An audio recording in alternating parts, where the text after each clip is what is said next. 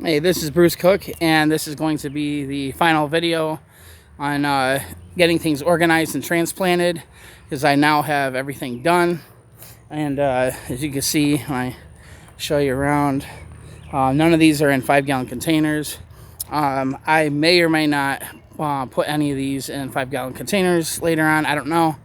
I just don't feel like spending any more money on soil and stuff. In fact, yesterday I went to Home Depot and I thought I was going to need more bags of mulch, so I ended up getting 5 bags. They had a deal. You get 5 bags of Scott's 1.5 cubic bags of mulch for $10. And I ended up not having to crack into any of those, break into any of those bags. So I may find something to do with them.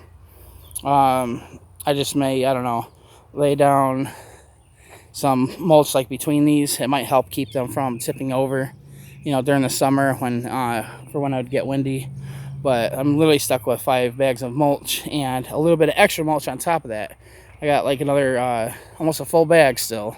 So that, and the plants tend to do good for me in 2-gallon containers anyways. I mean, putting them in a bigger container just allows the plant to get bigger than it would if it was in the 2 gallons. But I think I have enough of each plant that I'll get all the peppers that I need. But anyways, you can see, I'm gonna step out of my garden area, so I'll show you a view of it from a distance so you can see the whole thing in one frame. So this is essentially what it looks like now. I have my, as you can see, these are my mild peppers. I have red Thai right here, and I have ahi lemon drops right here, and then the first 4 or 5 up there are red ghost.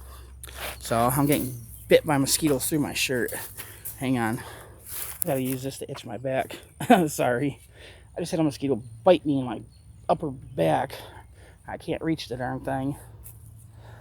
Oh, this is embarrassing. Oh, that's better. Sorry about that. But anyways, so I got these mild pepper plants into 2-gallon containers. I am going to have to spend a little bit more money on plant stakes though. So I was going to pick some up at Home Depot yesterday when I was there getting the mulch. And these, let's see, I found I had a couple spare. It's these 18-inch long metal plant stakes, and they used to be like 79 cents a piece just a couple years ago, and now they're $1.98, and I need 17 of them, so I didn't have $34 plus tax to spend on those. So right now the plants are just having to deal with the little wooden stakes. They'll be fine for now. But these, I know my lemon drop peppers, at least, pepper plants, they used to bush out quite a bit. So I'm going to need some better support than just these little 18-inch wooden stakes. So I like those ones because they got the little loops on the top. And I would take my plant string and tie them to the loop, and then, tie them to the branches and stuff to help hold it up. It would look funny, but it was practical. It worked to help the branches from getting weighed down by the peppers. But as you can see, I got everything all organized now. So I'll show you all what I got. And as far as I can tell, these plants, we got up into the close to the high 80s yesterday. And I had already taken the little shade cloth tent down. So these mild peppers were exposed to that sunlight. And yeah, they did droop a bit. Some of them quite a bit. But they seemed to be hardened off just enough where I could tell they weren't dying. And even some of my older plants that have been out in the sun for a few weeks now, they still droop a little bit, but not bad. So I can already tell these things can deal with the direct sunlight. Like I said, it was already in the high 80s. yesterday. So I got them all in the open. So right here we got red tie. We got 1, 2, 3, 4, 5, 6, 7. We got 8 red ties. And then the next one is, what do we got? The Carolina Reaper. And we got 1, 2, 3, 4. Let's see, 5, 6, 7. Okay, so we got 7 Carolina Reapers. So from here down is Carolina Reaper. The rest of these 5 are chocolate bootlas. And then this entire row, all the way up here, going all the way across, all the way to this plant, are all red Primatales. And this entire row right here is all chocolate Primatales. So they were the most highly desired peppers that I grew last year, that people wanted to get from me. So I made sure I grew lots of them this time. I think I only grew like 6 of each last year, and I was able to keep up with at least a little more than half of what everybody was requesting. But I had some people requesting them on a more regular basis, and I couldn't keep up with the number of peppers that everybody wanted. I couldn't send peppers out to everybody every time they wanted, no matter quantity. And I ended up not... I made enough sauce to last myself. I mean, I was only able to make 1 bottle. But I just want to have plenty of peppers this time around to have for myself and keep up with everybody's demand. And let's see here. So the reds, we have 1, 2, 3, 4, 5, 6, 7, 8, 9, 10, 11. So we got 12 of the reds.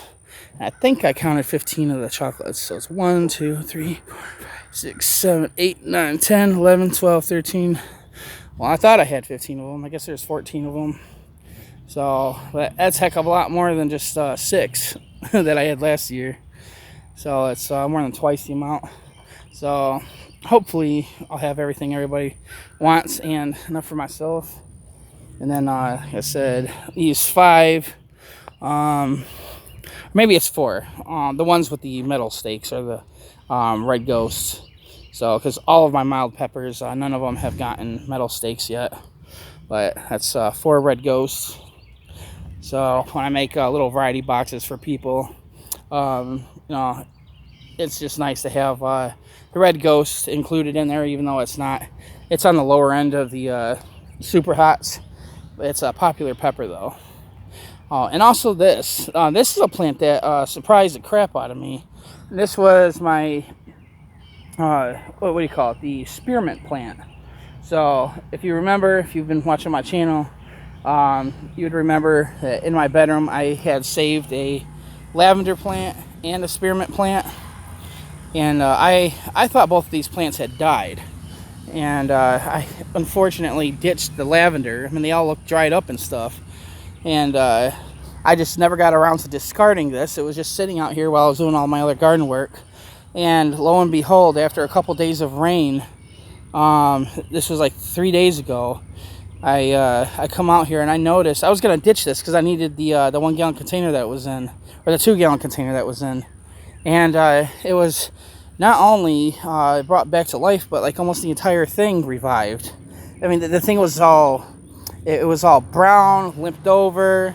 It felt dry, and none of this was going on. These are all brand new little spearmint plants. They're not weeds either. I mean, I smell them. They're all spearmint. So, and I remember that's what the spearmint plants look like when they had sprouted anyways. Because I grew that from seed as well. It was a pack of seeds I had gotten from Walmart for both that and lavender.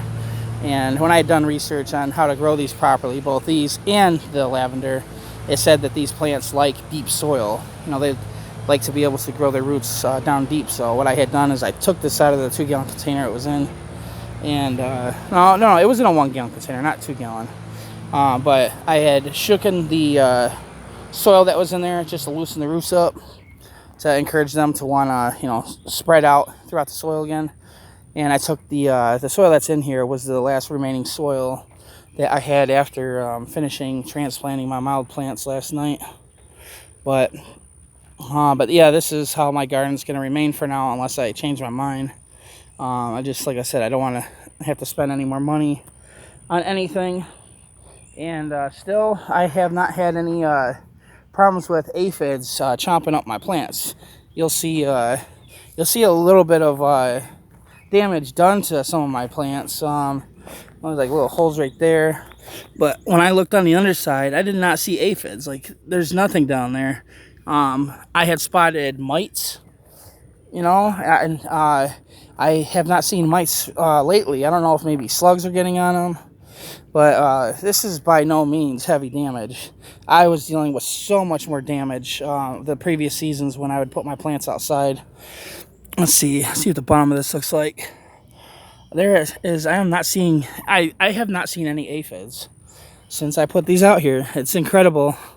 I don't know if maybe it's because of how I did my setup out here, putting a bunch of herbicide on the ground, and then on top of that, putting pesticide all over the ground, and then with my mulch and weed cloth. It's like weed blocker cloth.